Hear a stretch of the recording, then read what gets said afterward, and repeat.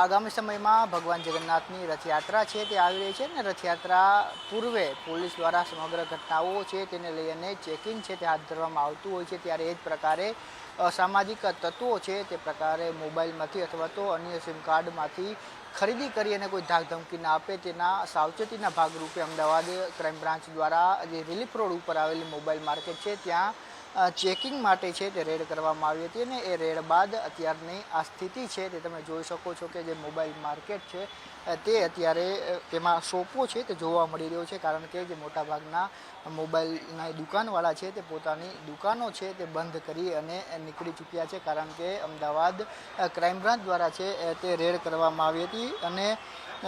સત્તાવાળાઓ છે તેમના એવા હિસાબ વગરના સામાનમાં વેચાણમાં છે તે કેટલાક નેટવર્ક તોડી પાડવાનો છે જેનો ઉપયોગ અસામાજિક